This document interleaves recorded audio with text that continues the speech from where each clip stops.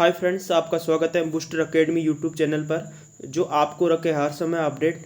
तो फ्रेंड्स, आज के इस वीडियो में हम देखेंगे कि राजस्थान की सभ्यताओं से संबंधित जो भी पर्सन जो पुराने एग्जाम में आ चुके हैं उनको हम प्रैक्टिस के लिए एक बार फिर से देखेंगे एमसीक्यू फॉर्मेट में। तो चलो शुरुआत करते हैं।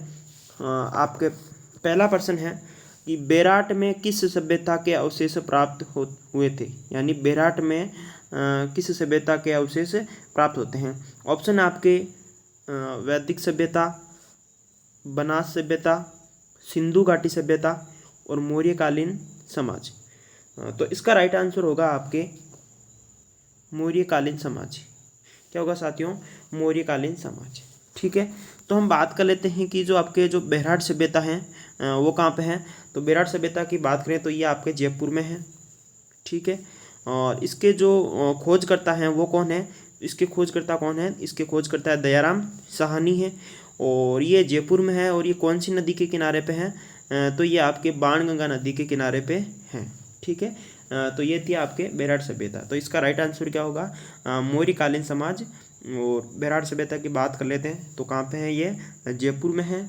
और इसकी जो खोज करता है वो कौन है? दयाराम साहनी। और इसकी खोज कब की थी उन्होंने? 1936 में। और इसका जो प्राचीन नाम है बेराट का, वो भी क्या आपको मैं बता दूं, वो था इसका विराटनगर। और विराटनगर को क्या बोलते हैं? मत्स्य जनपद की राजधानी बोला जाता है। और ये बाणगंगा नदी के किनारे थी। ठीक है, तो नेक्स्ट प्रश्न है आपके इसमें। नेक्स्ट प्रश्न की बात करें तो एच.डी. सांकलिया के निर्देशन में जिस सभ्यता स्थल का उत्खनन हुआ वह है, यानी जो एच.डी. सांकलिया थे उनके निर्देशन में कौन सी सभ्यता स्थल पर उत्खनन हुआ था। तो इसमें जो आपके ऑप्शन है कालीबंगा, गणेश्वर, बेहराट, ओराड। तो इसका जो राइट आंसर होगा वो होगा आपके आहड़ सभ्यता। यानी एच.डी. सांकलिया के नेतृत्व में या उनके निर्देशन में जिस सभ्यता स्थल पर उत्खनन हुआ था तो वो कौन सा है? आहड़ सभ्यता स्थल है। ठीक है, और आहड़ सभ्यता स्थल की बात करें तो ये कहाँ पे है? कहाँ पे भाई आहड़ सभ्यता? तो ये है आपके उदयपुर में। ठीक है, और कौन सी नदी के किनारे हैं? तो ये हैं आपके आयड़ नदी के किनारे हैं। ठीक है, तो इनके निर्देशन में तो आपके उत्खनन हुआ था, लेकिन जो आहड़ सभ्यता के खोजकर्ता थे वो कौन थे? तो इसके खोजकर्ता कौन थे? वो थे आपके अक्षय कीर्ति व्यास। कौन थे साथियों? अक्षय कीर्ति व्यास। तो ये तो थी आपके आहड़ सभ्यता, जो कहाँ पे है? उदयपुर में है। कौन सी नदी के किनारे हैं? आहड़ नदी के किनारे हैं। और आहड़ सभ्यता की खोजकर्ता कौन है? तो वो कौन है? आपके अक्षय कीर्ति व्यास हैं। और यहाँ उत्खनन किसके नेतृत्व में हुआ था? तो हुआ था आपके एच.डी. सांकलिया के नेतृत्व में होता है। नेक्स्ट क्वेश्चन की बात करें। नेक्स्ट क्वेश्चन है अपने गणेश्वर सभ्यता के संबंध में निम्न में से कौन सा कथन असत्य है? ठीक है, क्या पूछ रहा है साथियों? असत्य है। कौन सी सभ्यता के बारे में? गणेश्वर सभ्यता के बारे में। चलो फर्स्ट कथन की बात करें तो गणेश्वर सभ्यता 2800 ईसा पूर्व में विकसित हुई थी। और तो ये आपके सही हैं। यहाँ से तांबे से यहाँ खुदाई से तांबे के उपकरण मिले थे, तो ये भी सही है। ठीक है, और पत्थर के बांध के अवशेष केवल गणेश्वर में मिले थे, ये भी सही है। ठीक है, तो यहाँ मकान कच्ची ईंटों से बने थे, तो ये कथन आपके क्या है?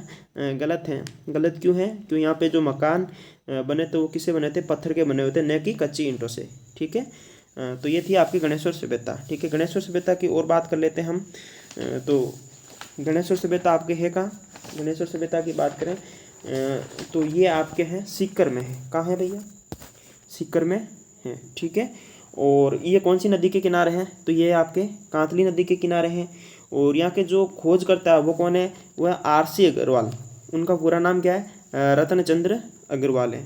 ठीक है, और उसके बाद में इसके जो उपनाम है, यानी गणेश्वर सभ्यता को और अन्य किस नामों से जाना जाता है? तो वह है आपके ताम्रयुगीन सभ्यताओं की जननी। क्या बोला जाता है इसे? ताम्रयुगीन सभ्यताओं की जननी कहा जाता है। एक और इसका अन्य नाम है, वो है पुरातत्व का पुष्कर। ठीक है, तो ये थी आपकी गणेश्वर सभ्यता। और ये हमने यहाँ देखा कि 2800 ईसा पूर्व ये थी बिल्कुल। और यहाँ तांबे के उपकरण मिले थे, इसे तो ताम्रयुगीन सभ्यताओं की जननी कहा जाता है। यहाँ पे खूब सारे तांबे के उपकरण मिले थे।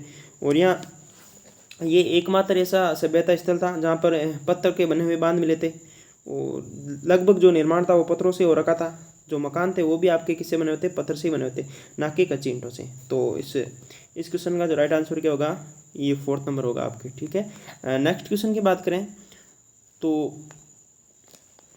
आर्य संस्कृति के लोग किस धातु से परिचित नहीं थे, यानी ये बात कर रहा है आर्य सभ्यता की। ठीक है, आर्य सभ्यता की बात कर रहा है, तो आर्य की हम बात करें तो लोहा, तांबा, सोना, चांदी। तो ये तो आपके जो जिस धातु से परिचित नहीं थे वो धातु हैं आपके चांदी। किससे परिचित नहीं थे, चांदी। बाकी लोहा से ये परिचित थे, तांबे से थे, सोने से थे, लेकिन चांदी से परिचित नहीं थे। आर्य सभ्यता के बारे में पहले देख चुके हैं। आर्य सभ्यता कहाँ है, बार बार रिवीजन से आपके ये याद भी हो जाएगा। आर्य सभ्यता कहाँ पे है, तो ये आपके कहाँ है, उदयपुर में है। कौन सी नदी के किनारे हैं, तो ये आपके आयड़ नदी के किनारे हैं। यहाँ पे उत्खननकर्ता कौन थे, तो RC अग्रवाल थे। ठीक है, और भी अन्य भी थे, उनके HD सांकलिया उनके निर्देशन में भी यहाँ उत्खनन हुआ था। और इसका जो अन्य नाम है वो क्या है, ताम्रवती नगरी है। ठीक है, नेक्स्ट पर्सन की बात करें तो नेक्स्ट पर्सन है आपके प्रसिद्ध चीनी यात्री हेनसांग ने 634 ईस्वी में राजस्थान के किस पुरातात्विक स्थल का भ्रमण किया था। यानी यहाँ पे बात हो रही है चीनी यात्री हेनसांग की। ठीक है, और तो इसके जो ऑप्शन है अहाड़, नलियासर, जोधपुरा और बेहराट।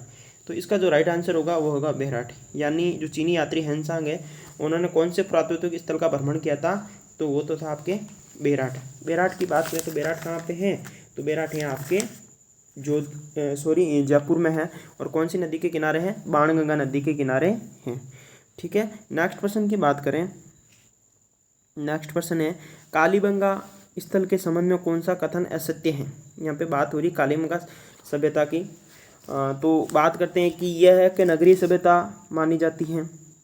ठीक है, और उसके बाद में यहाँ से पूर्व हड़प्पाकालीन और हड़प्पाकालीन सभ्यता के अवशेष मिले। ठीक है, यहाँ से बेलनाकार मोहरें प्राप्त हुई। ठीक है, और यहाँ से प्राप्त किलाक्षर लिपि जो बाएं से दाएं और लिखी हुई है। तो एक बार वापस देख लेते हैं कि ये नगरीय सभ्यता थी। बिल्कुल जो कालीबंगा सभ्यता थी वो आपके नगरीय यानी शहरी सभ्यता थी। और यहाँ पे जो 5 स्तरों में जो आपके मिले थे उनमें तो जो फर्स्ट और सेकंड तो थे आपके पूर्व हड़प्पाकालीन यानी हड़प्पा से भी प्राचीन, और 3 थे आपके हड़प्पा के समकालीन थे। ठीक है, तो ये कथन भी आपके क्या है, सत्य है। यहाँ से बेलनाकार मोहरें प्राप्त हुई, तो ये कथन भी सत्य है। और बेलनाकार मोहरों को या बेलनाकार मोहरें जो प्राप्त हुई थी वो कौन सी सभ्यता से संबंधित थी, मेसोपोटामिया सभ्यता से संबंधित थी। तो यहाँ पे जो गलत है वो यह है कि यहाँ जो किलाक्षर लिपि प्राप्त हुई बाहें से दाईं ओर लिखी गई थी, ये गलत है। यहाँ से बाहें से दाएं नहीं आएगा, यह आएगा आपके दाएं से बाएं आएगा, यानी उल्टा लिख रखा है। तो इसका आंसर आपका ये हो जाएगा 4 नंबर। ठीक है, नेक्स्ट क्वेश्चन की बात करें तो नेक्स्ट है आपके बालातल पुरातात्विक स्थल कहाँ पर है, किसकी बात की जा रही है, बालाथल की। ठीक है, ऑप्शन है रामसर उदयपुर, नीम का ताना सीकर, खेतड़ी झुंझुनू और वल्लभनगर उदयपुर। तो इसका राइट आंसर होगा कि बालातल पुरातात्विक स्थल कहाँ पर है, तो ये है आपके वल्लभनगर उदयपुर में है। ठीक है, और इसकी खोज कौन करता है, इसके खोजकर्ता होते हैं बीबी लाल। कौन होते हैं, बीबी लाल। और ये उदयपुर में है। और ये कौन सी नदी के किनारे हैं, तो ये आपके बनास नदी के किनारे हैं। ठीक है, तो बालातल सभ्यता की बात करें तो ये वल्लभनगर उदयपुर में है। और कौन सी नदी के किनारे हैं, तो ये बनास नदी के किनारे हैं। और यहाँ के जो खोज करता है वो कौन है, बीबी लाल है। नेक्स्ट प्रश्न है आपके बीजक डूंगरी पर सर्वप्रथम अशोक के शिलालेख की खोज किसने व कब की थी। यानी जो बीजक डूंगरी, यानी ये बात कर रहा है आपके बेहराट सभ्यता की। ठीक है, तो बेहराट सभ्यता में तो बीजक डूंगरी पर जो उत्खनन हुआ था उसमें जो शिलालेख मिले थे, तो अशोक के शिलालेख की खोज किसने व कब की थी, तो कलाइल 1837, PG खंगारोत 1856, RD बनर्जी 1837 और कैप्टन बर्ट 1837। तो इसका राइट आंसर होगा आपके कैप्टन बर्ट 1837 होगा। ठीक है, नेक्स्ट क्वेश्चन की बात करें, निम्न में से कौन सा नाम आहार सभ्यता का प्राचीन नाम नहीं है। यानी यहाँ पे आहार सभ्यता के जो प्राचीन नाम है उनकी बात की जा रही है। कौन सी सभ्यता के, आहार के प्राचीन नामों की बात की जा रही है। ठीक है, तो देखते हैं हम कौन कौन से हैं। ताम्रवती नगरी, क्या नाम रखा है? ताम्रवती नगरी, आघाटपुर, धूलकोट, ताम्रयुगीन सभ्यताओं की जननी। तो ताम्रवती नगरी इसका बिल्कुल नाम था। क्यों था? क्योंकि ये तांबे के औजारों का निर्माण केंद्र था, यानी सबसे ज़्यादा यहाँ तांबे के औजार मिले थे। आघाटपुर भी इसको कहा जाता था, ये भी इसका प्राचीन नाम था। और इसको धूलकोट भी कहा जाता था, ये भी इसका स्थानीय नाम था धूलकोट। और ताम्रयुगीन सभ्यताओं की जननी, ये इसका राइट आंसर, मतलब इसका ये प्राचीन नाम नहीं था और ये हमारे प्रश्न में अपना ये राइट आंसर है। तो ताम्रयुगीन सभ्यताओं की जननी किसे कहा जाता था?